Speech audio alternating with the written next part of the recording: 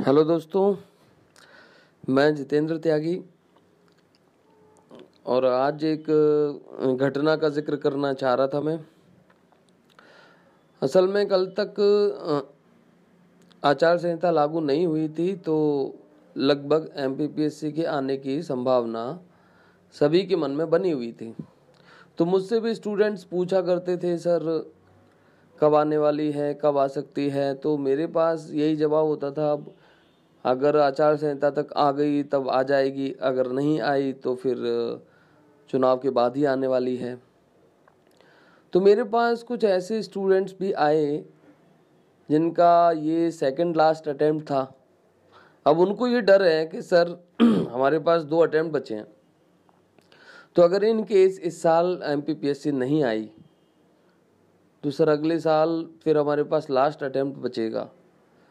तो उनके अंदर एक अजीब सा जो डर है ना, वो मैं उसको अभी इस ऑडियो के माध्यम से तो नहीं बता सकता, लेकिन जो वो डर है कि जब वो मुझसे बोल रहे थे सर अब पता नहीं रोना आ रहा है, लेकिन हाँ उनका ये डर कम से कम ख़त्म हो गया कि एमपीपीएससी तो नहीं आ रही है फ़िलहाल अब चुनाव होने तक, क्योंकि आचार संहिता लागू हो चुकी है।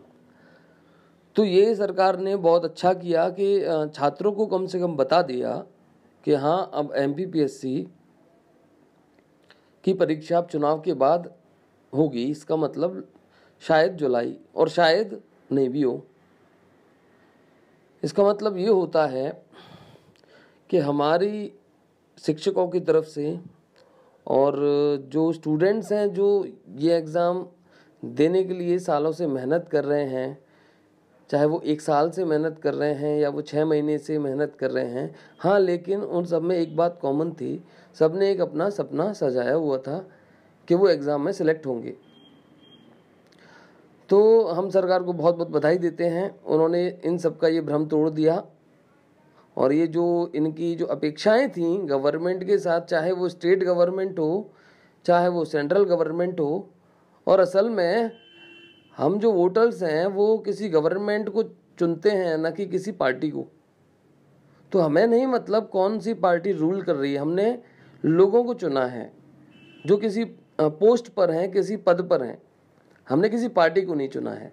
तो चाहे वो स्टेट गवर्नमेंट हो चाहे वो सेंट्रल गवर्नमेंट हो, यहाँ पर हर व्यक्ति अपनी जिम्मेदारी के लिए उत्तरदायित्व खुद ही रखता है, चाहे हम किसी भी जगह पर हों एक डेमोक्रेसी में। तो आज मेरा ये मन कर रहा है, जो मध्य प्रदेश लोक सेवा आयोग है जिसके ऊपर हम इतनी सारी अपेक्षाएं अभी तक रखे हुए थे, उसको श्रद्धांजलि देने का मेरा मन कर रहा है।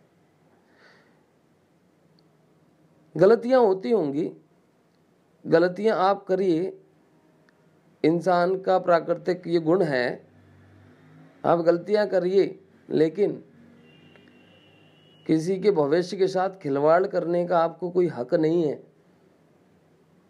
क्योंकि हिंदुस्तान में जितना आप अपना वजूद रखते हैं उतना हर व्यक्ति रखता है।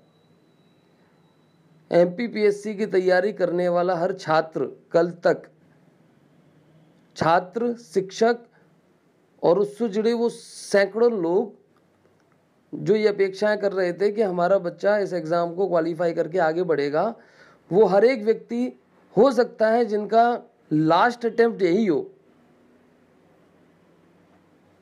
सकता है किसी की ज़िंदगी दूसरे रास्ते पे चली जाए, हो सकता है किसी की ज़िंदगी ख़त्म ही हो जाए, लेकिन सरकार को कोई फ़र्क नहीं पड़ता। मेरे ख्याल से शायद ये रीति रिवाज सी बन गई है इस लोकतंत्र में भी कि जो काम करना चाहिए, जिस काम के लिए लोगों ने आपको चुना है, उस काम को करवाने के लिए भी लोगों को प्रोटेस्ट करना पड़ेगा।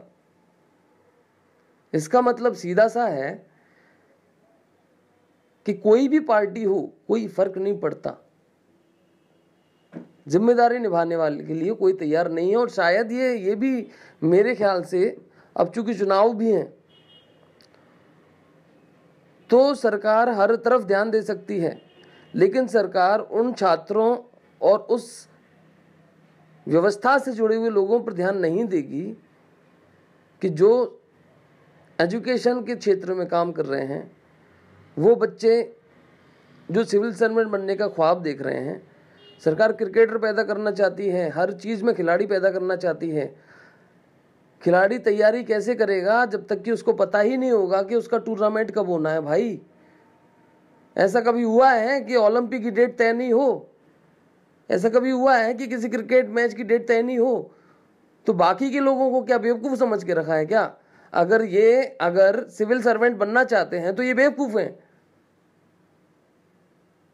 कि कोई फर्क नहीं पड़ता कि इनके 2-3 लाख, ये 3-4 लाख बच्चे हैं, ये 4 लाख बच्चे क्या करेंगे?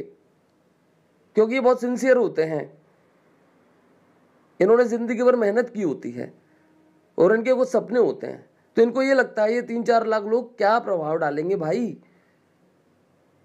बल्कि इनको ये दिखाई नहीं देता कि ये 3-4 लाख लोग भी बेरोजगार हैं और वो करोड़ों लोग भी बेरोजगार हैं जो किसी भी स्टेट का हिस्सा है या किसी कंट्री का हिस्सा है।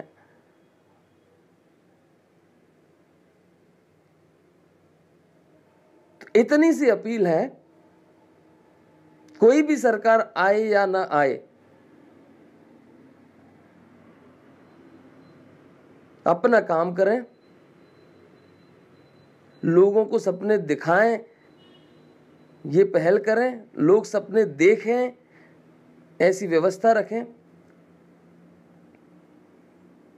एक प्रेस विज्ञप्ति अगर मध्य प्रदेश लोक सेवा आयोग इस आचार संहिता के लागू होने से पहले अगर डाल देता है, 1 महीने पहले, 1.5 महीने पहले, 15 दिन पहले भी, कि हाँ अब चुनाव होने के बाद ही मध्य प्रदेश लोक सेवा आयोग की परीक्षाएं होंगी, तो कम से कम उस बच्चे का 1 महीने का टेंशन तो दूर होता मेरे भाई। आपने अपने विज्ञापन में, आपने परीक्षाओं की सूची में आपने बहुत आसानी से लिख दिया कि परीक्षाएं अप्रैल माह में हो जाएंगी। भाई प्रारंभिक परीक्षाएं अप्रैल माह में हो जाएंगी,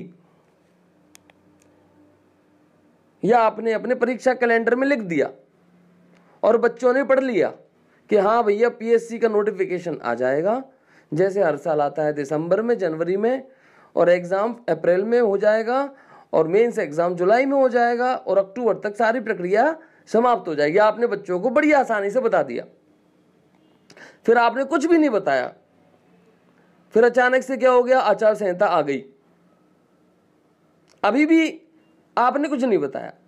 इसका मतलब है, ये इतने बड़े बड़े विद्वान लोग हो आप लोग, इसका मतलब ये है कि आप लोगों ने वो जो सूची डाली थी वो हम लोगों को बेवकूफ बनाने के लिए डाली थी, या फिर आपके पास कोई इसका नोटिफिकेशन होता, या आपके पास कोई क्लैरिफिकेशन होता, या आपने हम लोगों को बताया होगा। आप लोग बस एक चीज का इंतजार करते हैं, प्रोटेस्ट। जब तक कोई मुद्दा राष्ट्रीय मुद्दा नहीं होगा तब तक आप लोग नहीं सुनेंगे। आप सुनिए, ध्यान से सुनिए, आप कोई भी पार्टी हैं, आप ध्यान से सुनिए, क्योंकि युवा जब अपनी पर आता है ना, तो इतिहास गवाह है, कोई भी सत्ता बची नहीं है।